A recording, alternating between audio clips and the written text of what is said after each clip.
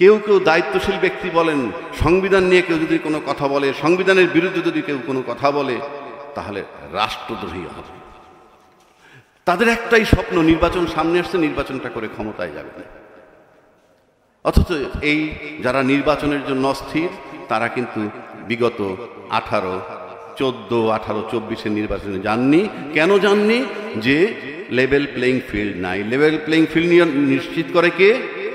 প্রশাসন, অর্থাৎ নির্বাচন কমিশন।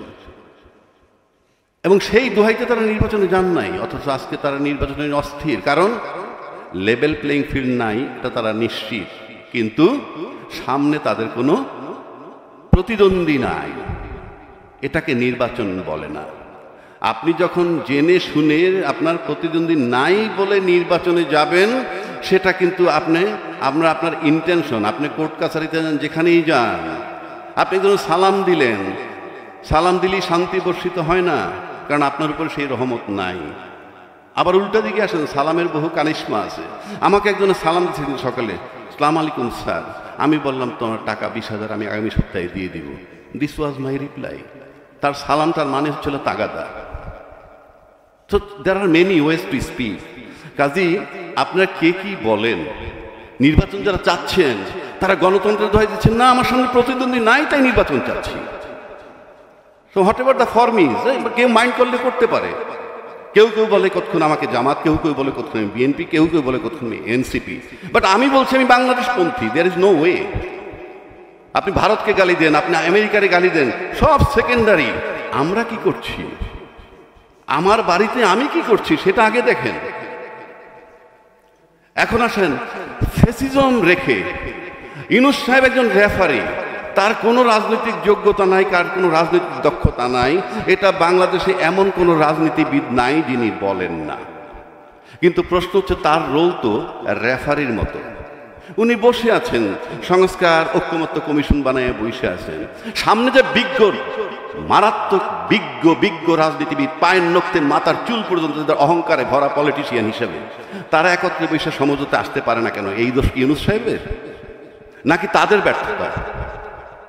পলিটিশিয়ানরা ঐক্যমত্যে আসতে পারলে ইউনূস কে? সবাই ঐক্যমত্যে এসে যদি বলে ইউ জাস্ট গেট লস্ট, আপনাকে দরকার নাই, সেটা কি কেউ বলতে পারতেছে? তাহলে আমরা কেন তাকে শুধু ব্লেম দিই? তার টাকা মওকুফ হয়েছে, সেটা নিয়ে আমার প্রশ্ন নাই। কেউ কেউ বলে এনসিপি শত কোটি টাকা কামাইছে। 12 মাসে যদি 100 কোটি কামায়, তাহলে 53 বছর রাজনীতিবিদরা কত কামাইছে, তার খতিয়ান কোথায়? মাত্র 12 মাসে ভাঙা দেশের মধ্যে, ভাঙা নৌকা, ভাঙা সব কিছু, তার ভিতরে যদি কেউ 600 কোটি টাকা কামায় থাকে, তাহলে 53 বছর কামাইছে কি, সেটার কৈফিয়ত কোথায়? আবার যখন আপনি নির্বাচনের জন্য পায়তারা করেন, সমস্ত ব্যবস্থা সিস্টেম একটাই। এই বইটাকে 17 বার সংশোধন করা হয়েছে। 17 বার সংশোধন করেই কিন্তু এটাকে একটা স্বৈরাচারী চটি বই বানানো হয়েছে। আবার কেউ কেউ বলেন সংবিধান নিয়ে হাত দেওয়া যাবে। ইয়েস, এই সংবিধান এমনভাবে রাখছে কেউ হাত দিতে পারবেন না। এটার 142 ধারা, সবাই বাংলা ভাষায় পড়বেন। 142 ধারা, 123 এবং 7 ক খ পড়ে দেখবেন, কারো হাত দেওয়ার ক্ষমতা নাই, সবার দণ্ড হবে, মৃত্যুদণ্ড হবে। কারণ এই সংবিধান এমনভাবে করে গেছে, আপনি কোনোভাবে হাত দিতে পারবেন না, সংশোধনও করতে পারবেন না। সংশোধন করতে 2/3 মেজরিটি, তা কিভাবে? সব বলা আছে। এইবার আসেন, 123 ধারায় নির্বাচনের কথা বলা আছে। আমার মনে হয় এখানে অনেক বিজ্ঞ সাংবাদিক আছেন, আপনারা সবাই জানেন যে এই বইটার ভিতরে বলা আছে সংসদ ভেঙে যাওয়ার পর 90 দিনের মধ্যে নির্বাচন। আশা করি সবাই জানেন।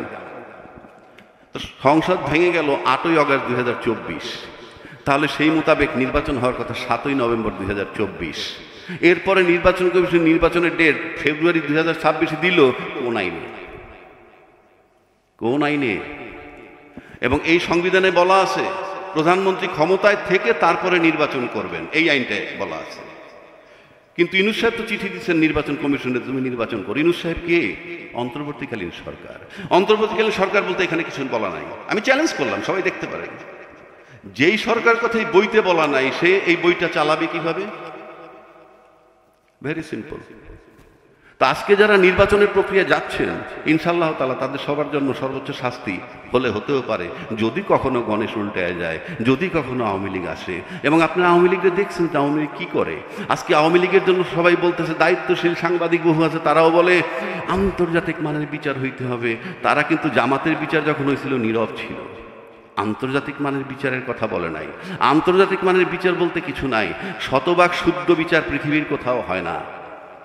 কারণ যিনি বিচার করেন তিনি মঙ্গল গ্রহ থেকে আসেন না, তিনি যেই সয়েলের মানুষ, তার ভিতরে যতটা পারফেকশন করা যায়। আন্তর্জাতিক মানের বিচার চাওয়ার মানে হচ্ছে আমরা এই বিচারটা চাই না।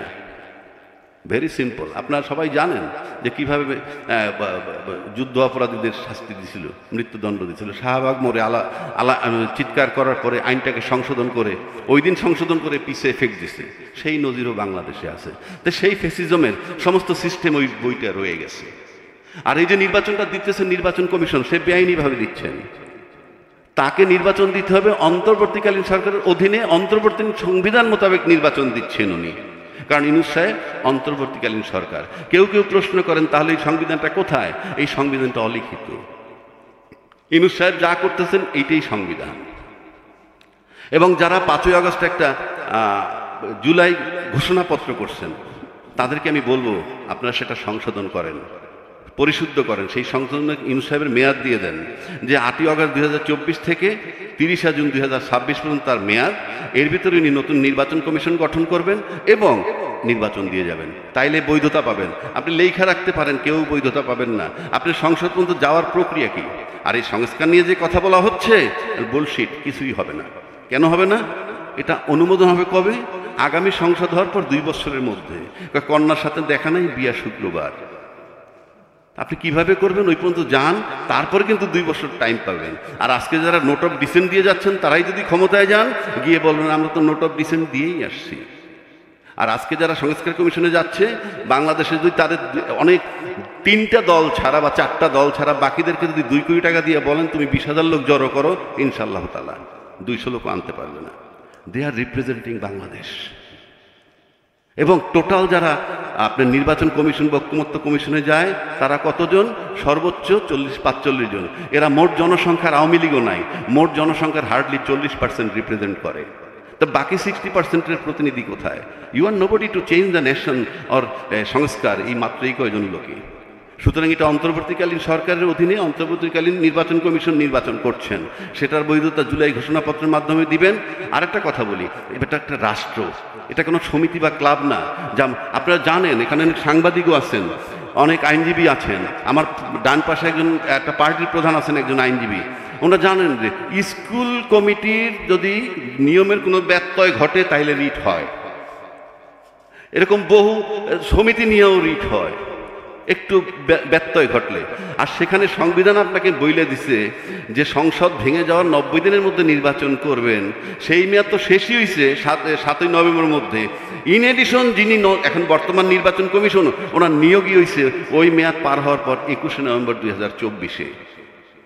ওনার পরিণতি কিন্তু নুরুল হুদার মতো হবে ভবিষ্যতে। দেশটা কোনো সমিতি বা ক্লাব নয়, এটা একটা রাষ্ট্র, এটা তামাশা নয়। আজকে যারা বিজ্ঞান, আমি মেহেরবানি করব এই কথাগুলো আপনি উঠাইয়ে দিয়েন, অন্তত পত্রিকায় উঠান। এটা রাষ্ট্র, এটা কোনো সমিতি বা ক্লাব নয়। সুতরাং এই যে ফ্যাসিজমের সব কিছু বহাল রেখে আপনি আবার নির্বাচন করবেন, নির্বাচন করলে সেই একই জিনিস হবে। বাংলাদেশে দীর্ঘদিন যাবৎ দ্বিদলীয় ব্যবস্থা ছিল। দ্বিদলীয় ব্যবস্থা মানে একটার অল্টারনেটিভ আর একটা। 3টা নির্বাচন বা 4টা নির্বাচন যদি ধরেন, 91, 96, 2001, 2008, এই 4টা নির্বাচন যদি আমি মোটামুটি ভালো নির্বাচন ধরি, তাহলে কিন্তু একই দল 2বার ক্ষমতায় ছিলেন না। 91-তে যিনি ছিলেন 96-তে আউট, 96-তে যিনি ছিলেন 2001-এ আউট, 2001-এ যিনি ছিলেন 2008-এ আউট। কাজেই বুঝতে হবে 2টা দলে কেউই এক টার্মের জন্য গ্রহণযোগ্য হয় নাই। এক টার্মের জন্য গ্রহণযোগ্য হয় নাই মানে তার ব্যবহার খাচ্চত খারাপ দেখছে, বিকল্প খুঁজছে।